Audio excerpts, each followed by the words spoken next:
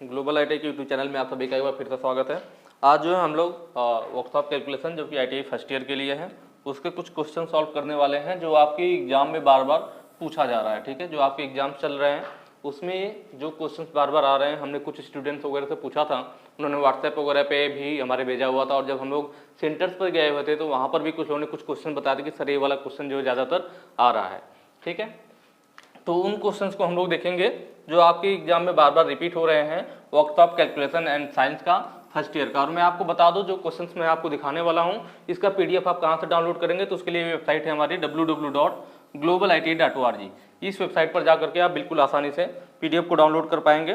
चलिए मैं आपको दिखा भी देता हूँ कि कैसे डाउनलोड करना है, ये चीज़ आपके सामने। ठीक है, आप अपना वेबसाइट जो है फोन में ओपन करेंगे globaliti.org। इस टाइप से आपके फोन में ओपन होगा और राइट साइड जो कॉर्नर में 3 लाइनें दिख रही है आपको ना, ऐसे आपके फोन में दिखाई देगा। उस पर जब क्लिक करेंगे आप तब आपके सामने ये ऑप्शन दिखाई देंगे होम, हमारे बारे में, नई अपडेट, कोर्स। आपको नई अपडेट पे क्लिक करना है। इस पर क्लिक करते ही आपको 2-3 ऑप्शन दिखाई देगा। सबसे नीचे मॉडल पेपर। ठीक है, मॉडल पेपर पे आप क्लिक कर लेना। नया टैब आपके सामने ओपन होगा कुछ इस टाइप से। आप नीचे को स्लाइड करोगे तो यहाँ देख रहे हैं लिखा हुआ ना आईटीआई मॉडल पेपर 2022। इसके नीचे यहाँ पे रीड मोर है, रीड मोर पे क्लिक कर लेना। आप रीड मोर पे क्लिक करेंगे नया टैब ओपन होगा और इस टाइप से आपको नीचे स्लाइड करना है। और यहाँ पर देखेंगे तो जो भी एग्जाम में क्वेश्चंस पूछे गए हैं, चाहे वो आपके एम्प्लॉयबिलिटी स्किल्स के हों, चाहे आपके फिटर थ्योरी के हों, इलेक्ट्रिशियन थ्योरी का हो, ठीक है, ड्राइंग का है, वर्कशॉप कैलकुलेशन, सबका हमने यहाँ पे अपलोड कर रखा है। देखिए ड्राइंग का यहाँ पे स्टूडेंट फीडबैक पर आधारित इंजीनियरिंग ड्राइंग के जो भी स्टूडेंट फीडबैक है, मतलब ये वो क्वेश्चन थे जो आपके एग्जाम में आ रहे हैं। ठीक है, तो यहाँ पर देखिए सबसे पहला कॉलम है स्टूडेंट फीडबैक पर आधारित workshop calculation and science first year के क्वेश्चन। तो यहाँ पर आप क्लिक करके बिल्कुल आसानी से पीडीएफ डाउनलोड कर पाएंगे। बाकी अगर आप थ्योरी के देखना चाह रहे हैं फिटर के, या एम्प्लॉयबिलिटी स्किल सेकंड ईयर का, या एम्प्लॉयबिलिटी स्किल फर्स्ट ईयर का भी है, तो आप यहाँ पर क्लिक करके उसे देख सकते हैं। चलिए अब हम लोग क्वेश्चन को सॉल्व करेंगे। ठीक है, पहला क्वेश्चन देखते हैं। पहला क्वेश्चन यह है कि ऊष्मा की एसआई इकाई क्या है। आपका हीट का एसआई यूनिट पूछा हुआ था, किसका? ऊष्मा का। ये तो ज्यादातर लोग जानते होंगे, काफी आसान है। ऑप्शन बी जो आपको यहाँ पे दे रखा, हालांकि पहले से ही ठीक है, जूल। ठीक है, ऊष्मा हो, कार्य हो, ठीक है, सबका मात्रक क्या होता है? ऊष्मा का भी और एनर्जी का, आपका कार्य का, सबका मात्रक जूल ही होता है। इसमें कंफ्यूज होने वाली बात नहीं है। एसआई का मात्रक जब भी पूछे, चाहे कार्य हो चाहे ऊष्मा हो, ठीक है, उनका मात्रक क्या होगा? आपका जूल होगा। तो ऑप्शन बी हमारा यहाँ पे सही हो जाएगा। नेक्स्ट क्वेश्चन देखेंगे। अगला है इकाइयों की प्रणाली के 2 प्रकार कौन से हैं? जो हमारी यूनिट जो मात्रक की प्रणाली होती है, सिस्टम होते हैं, उसमें मेन 2 प्रकार कौन सा है? तो मेन जो 2 प्रकार होता है वो फंडामेंटल एंड डेराइव्ड यूनिट होता है। मतलब मौलिक और व्युत्पन्न। मौलिक का मतलब जो मेन होता है, और व्युत्पन्न मतलब जो मौलिक राशियों से उत्पन्न होते हैं, जो उनके द्वारा बनाए जाते हैं। फंडामेंटल में आपका मेन एक तरह से देखा जाए तो 7 प्रकार के होते हैं। लंबाई, ठीक है, और द्रव्यमान, समय, उसके बाद आपका विद्युत धारा है, टेम्परेचर है, तापमान है, और ज्योति तीव्रता या फिर प्रकाश की तीव्रता भी बोलते हैं, और पदार्थ का मात्रा। ठीक है, तो ये जो 7 मैंने राशियां आपको बताई, यही आपके क्या है? फंडामेंटल है, राशियां हैं। और यहाँ पे किसकी बात कर रहा था? यूनिट की मात्रा की बात कर रहा था ना, सिस्टम ऑफ यूनिट। तो इन जो फंडामेंटल राशियां है, जो यूनिट्स है, मतलब उनका जो मात्रक होता है वही फंडामेंटल यूनिट होता है। तो जैसे आपका लंबाई का मात्रक जो होता है मीटर होता है, द्रव्यमान का किलोग्राम, समय का सेकेंड, ठीक है, टेम्परेचर का केल्विन हो जाएगा, और विद्युत धारा का एम्पियर हो जाएगा, पदार्थ की मात्रा का मोल होता है, ठीक है, तो ज्योति तीव्रता का आपका कैंडेला होता है। तो ये जो मात्रक मैंने बताया ये मूल मात्रक हो गए, और इन मात्रकों की मदद से जो दूसरे मात्रक उत्पन्न होते हैं उन्हें व्युत्पन्न मात्रक कहते हैं। वही हमारी व्युत्पन्न राशियां होती है, उसी को डेराइव्ड बोलते हैं, जो मौलिक वाले से उत्पन्न होते हैं। जैसे क्षेत्रफल, भाई क्षेत्रफल का मात्रक क्या होगा? मीटर इंटू मीटर, मतलब मीटर स्क्वायर होता है। ठीक है, तो ये मीटर क्या हो गया? मीटर जो था वो फंडामेंटल यूनिट, लंबाई का मात्रक है, लेकिन क्षेत्रफल में metre into metre, metre square हो गया। तो ये हमारा फंडामेंटल यूनिट से उत्पन्न हुआ क्षेत्रफल, तो इसीलिए क्या कहलाता है? डेराइव्ड यूनिट कहलाता है, डेराइव्ड मात्रक कहलाता है। ऐसे ही आपका आयतन हो जाएगा। आयतन में क्या हो जाएगा? Metre into metre into metre, मतलब मीटर क्यूब हो जाएगा। तो यह भी हमारा फंडामेंटल वाले से उत्पन्न हो रहा है, तो यह भी हमारा व्युत्पन्न कहलाता है। ठीक है, तो ये जो भी फंडामेंटल से उत्पन्न होते हैं, वेग हो गया, त्वरण हो गया, और आपका बल हो गया, फोर्स वगैरह जो भी है, ये सब हमारे डिराइव्ड वाले हैं। तो यहाँ पे ऑप्शन बी सही हो जाएगा। नेक्स्ट क्वेश्चन पे चलेंगे। इनमें से मूलभूत इकाइयां कौन कौन से? देखिए मूलभूत इकाइयां पूछ लिया। अभी मूलभूत राशि की बात हुई थी कि किस टाइप के होते हैं, मेन तो दो टाइप के होते थे, फंडामेंटल और डेराइव। और यहाँ पे फंडामेंटल पूछ रहा है कि फंडामेंटल इकाई कौन कौन सी है। तो देखिए लंबाई, द्रव्यमान और समय, मैंने आपको बताया था लंबाई, द्रव्यमान, समय, ये तीन हो गया। ठीक है, 7 होती है लंबाई, द्रव्यमान, समय, विद्युत धारा, तापमान, पदार्थ की मात्रा और ज्योति तीव्रता या प्रकाश तीव्रता। यहाँ पे 3 दे रखा है, तो लंबाई, द्रव्यमान, समय, ऑप्शन बी आपका सही हो जाएगा। नेक्स्ट क्वेश्चन देखेंगे। अगला, 1 इंच में कितने मिलीमीटर होते हैं? ये भी क्वेश्चन कई बार एग्जाम में आए, कई सारे बच्चों में वाले क्वेश्चन आए हुए हैं कि 1 इंच में कितने मिलीमीटर होते हैं। तो 1 इंच में आपका 25.4 mm होता है। कितना होता है? 25.4 mm। या फिर अगर सेंटीमीटर में पूछता तो फिर 54 सेंटीमीटर हो जाता। ये किस में हो जाता? या जब सेंटीमीटर में पूछता। हालांकि एग्जाम में जो आप कह रहे हो mm वाला आ रहा है, तो हमारा यहाँ पे ऑप्शन बी सही हो जाएगा, 25.4 mm। नेक्स्ट क्वेश्चन पे चलेंगे। अगला है आपका, एक खास पावर में कितने वाट्स होते हैं, लेकिन पूछा है किसमें? ब्रिटिश सिस्टम में। ब्रिटिश सिस्टम में पूछ रखा है। देखिए दो होता है, एक मीट्रिक सिस्टम होता है, एक ब्रिटिश सिस्टम होता है। अगर मीट्रिक में पूछता तो 735.5।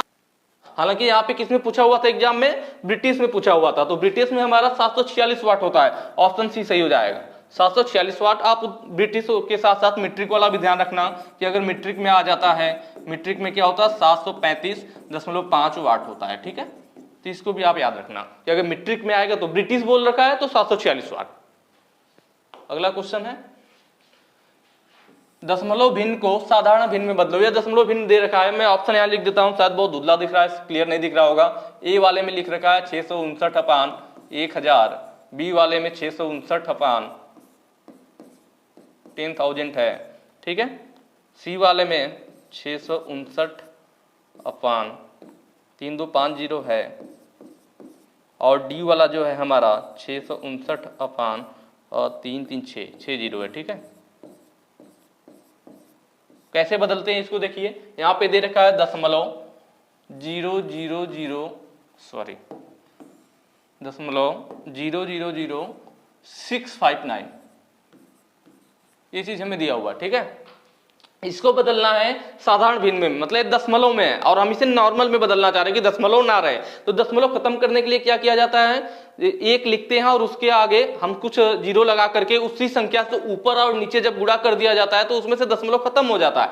तो कितने जीरो उसमें लगाए जाते हैं उसके बारे में बताऊंगा आपको। इसके नीचे आगे क्या करेंगे? इंटू 1 लिख लेंगे और बटे भी 1 लिख लेंगे। अब कितना जीरो बढ़ाया जाए? तो हम ये देखते हैं कि जो संख्या दी हुई है उसमें दाहिने साइड से कितने अंक पे दशमलव लगा हुआ है। जितने अंक पे दशमलव लगा होगा उतना ही जीरो हम उसके आगे लिख लेंगे। तो यहाँ काउंट कीजिए, 1 2 3 4 5 6 अंक पे दशमलव लगा हुआ है, तो हम 1 के आगे 6 जीरो लिखेंगे, 1 2 3 4 5 6। ठीक है, जितना ऊपर लिखेंगे उतने से ही नीचे भी गुणा किया जाता है, 1 2 3 4 5 6। तो समझ में आया कैसे हमने जीरो लगाया? अब आगे आप बढ़ोगे तो क्या होगा? अब ऊपर हम जब गुणा करेंगे तो इसका दशमलव खत्म हो जाएगा, वो नॉर्मल बच जाएगा, 659/1 के आगे 1 2 3 4 5 6 जीरो। ठीक है, तो ऑप्शन में देख लीजिए, ऑप्शन जो डी है आपका 659/360 है, तो ऑप्शन डी हमारा सही हो जाएगा। तो ये इस टाइप से चेंज होता है।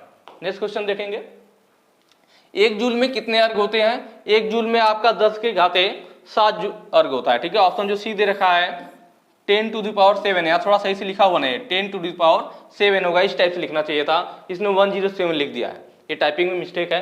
ठीक है, यहाँ जो सारे ऑप्शन में ना, यहाँ 10⁻3 होना चाहिए था, यहाँ 10⁵ होना चाहिए था, और 10⁹। तो जो 1 जूल में होता है 10⁻7 जूल होता है, तो ऑप्शन सी हमारा सही हो जाएगा। अगला क्वेश्चन देखेंगे, 0.456 दशमलव भिन्न को प्रतिशत में बदलिए। देखिए किसी भी संख्या को परसेंटेज में बदलने के लिए उसमें 100 का गुणा किया जाता है। प्रतिशत का मतलब ये होता है 100 का गुणा करना। अगर किसी भी संख्या में आप 100 से गुणा कर देंगे तो वो परसेंटेज में बदल जाएगा, प्रतिशत में बदल जाएगा। ठीक है, और अगर 100 से भाग दे देते हैं तो परसेंटेज से नॉर्मल में आ जाता है। तो यहाँ पर देखिए संख्या क्या थी? 0.456, हमें बदलना है प्रतिशत में। इसमें क्या करेंगे? 100 का गुणा कर देंगे, वो परसेंटेज में बदल जाएगा। ठीक है, देखिए 100 का गुणा करेंगे, 2 जीरो है तो दशमलव है, 2 अंक दाहिने साइड खिसक जाएगा, 45.6%। ऑप्शन देख लीजिए, ऑप्शन ए आपका सही हो जाएगा। नेक्स्ट क्वेश्चन पे चलेंगे, अगला है आपका 1 किलोग्राम में कितने न्यूटन होते हैं, तो 1 किलोग्राम में आपका 9.81 न्यूटन होता है। ऑप्शन नंबर सी आपका सही हो जाएगा, 9.81 न्यूटन। क्वेश्चन ध्यान से देखिएगा, मतलब जो आप पहले पढ़ रहे तो ठीक है, उसके साथ साथ इनको जरूर याद रखें क्योंकि ये वो क्वेश्चन है जो आपके एग्जाम में पूछे जा रहे हैं। अगला क्वेश्चन है, एक वर्ग की भुजा क्या होगी, वर्ग की भुजा पूछ रहा है और उसका क्षेत्रफल दे रखा है कितना, 625 mm² होगा। ठीक है, हिंदी में थोड़ा मिस्टेक है, mm² होगा। आपको फार्मूला पता होगा, वर्ग पूछ रहा है स्क्वायर, स्क्वायर का जो एरिया का फार्मूला होता है, क्षेत्रफल का फार्मूला होता है, वर्ग का क्षेत्रफल बराबर क्या होता है, भुजा स्क्वायर। ठीक है, या ए स्क्वायर भी लिखते हैं, ए को भुजा बोलते हैं, वर्ग का क्षेत्रफल बराबर भुजा स्क्वायर। तो यहाँ पे देखिए हमें क्या मालूम है, हमें वर्ग का क्षेत्रफल पता है, वर्ग का क्षेत्रफल कितना 625 है, बराबर ए स्क्वायर कहिए या भुजा स्क्वायर कहिए, ए को क्या बोलते हैं, ए बराबर भुजा होता है। ठीक है, तो ए का स्क्वायर हमें भुजा चाहिए तो ए का मान निकालेंगे क्योंकि ये तो ए का स्क्वायर है, तो ए बराबर क्या होगा, √625।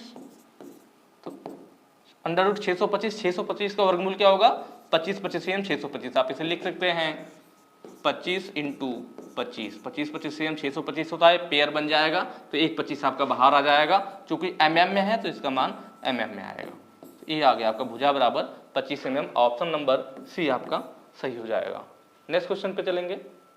अगला है, जिस वस्तु में परिमाण या साइज होता है उसे क्या कहते हैं, जिस वस्तु में परिमाण या साइज होता है, देखिए ये नहीं लिखा परिमाण और साइज लिखता तो इसका मतलब हो जाता कि उस वस्तु में दोनों चीजें हैं, ये कहना चाह रहे हैं कि वस्तु में या परिमाण होगा या साइज होगा। इंग्लिश देखिए, इंग्लिश में लिख रहा होगा, what is called if a body possess only magnitude और साइज अलोन, या तो उसका मैग्नीट्यूड हो या साइज हो, मतलब दोनों में से एक ही चीज होना चाहिए। जब दोनों में से एक ही चीज होता है तो वह अदिश राशि कहलाती है, स्केलर क्वांटिटी कहलाती है। ठीक है, सदिश कब होता है, जब उसमें दोनों चीजें हो, परिमाण और साइज जब दोनों अवेलेबल होती है किसी भी वस्तु में तब वो सदिश राशि कहलाती है। जब दोनों में से कोई एक होता है तो अदिश राशि कहलाती है। तो आपको क्वेश्चन को ध्यान से पढ़ना है कि ये कह रहा है परिमाण या साइज, मतलब दोनों में से एक ही होगा, तो हमारा अदिश राशि कहलाएगा। ऑप्शन डी आपका सही हो जाएगा।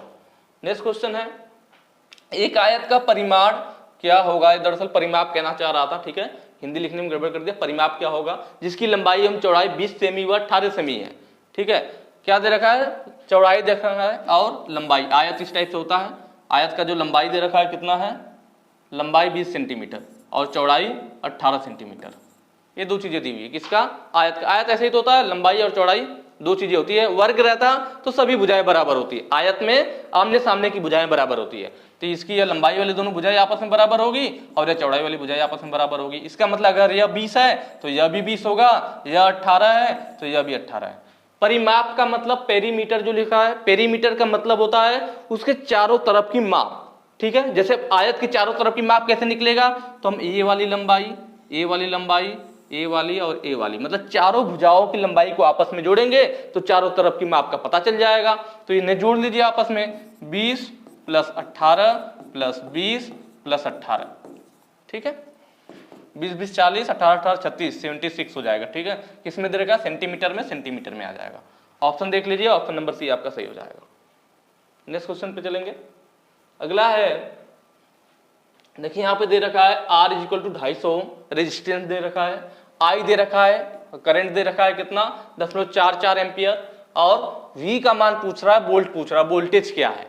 ठीक है, ये फिगर दे रखा है, फिगर का कोई मतलब नहीं है, आपको मेन वैल्यू से मतलब, फिगर ऐसी टेम्पोररी, इसका कोई मतलब नहीं है। ठीक है, आपको मेन वैल्यू पता होना चाहिए कि भाई रेजिस्टेंस कितना है और करंट कितना है और V का मान आपको निकालना है। फार्मूला आप लोग जानते होंगे, बहुत पहले से हाई स्कूल से ही पढ़ रहे होंगे, V = IR, बहुत पुराना फार्मूला है। ठीक है, V = IR, और हमें निकालना क्या, V निकालना है, I और R की वैल्यू पता है, बिल्कुल आसान है, आसानी से निकल जाएगा। I का मान रख लेते, कितना दे रखा है 0.44, 0.44 इंटू रेजिस्टेंस का मान 250।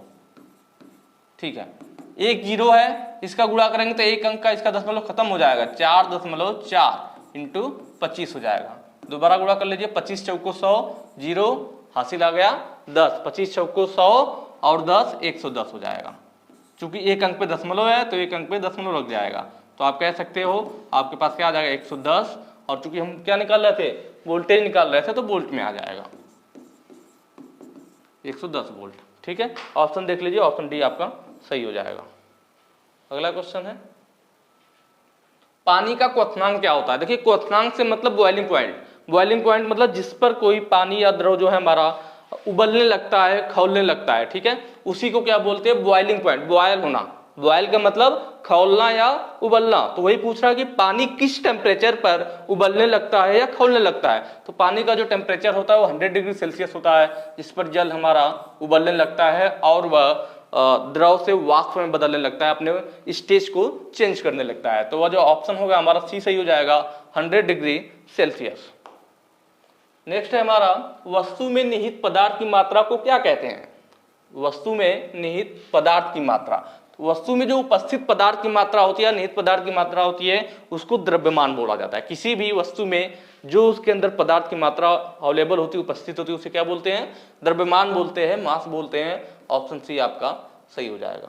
ठीक है, तो आज की वीडियो में इतना ही क्वेश्चन था आपका, जो अधिकतम मुझे इकट्ठा हो चुका था, लोगों से, बच्चों से मिला हुआ था, वो मैंने आपको कराया। तो आप लोग इसको अच्छे से एक बार दोबारा से रिवीजन कर लीजिएगा। और पीडीएफ के लिए मैंने आपको बताया था, आप लोग वेबसाइट पर जाकर डाउनलोड कर सकते हैं www.globaliti.org। बाकी वीडियो अच्छी लगी हो तो ज़्यादा से ज़्यादा शेयर कीजिएगा। फिर मिलते हैं किसी दूसरी वीडियो में। Thank you.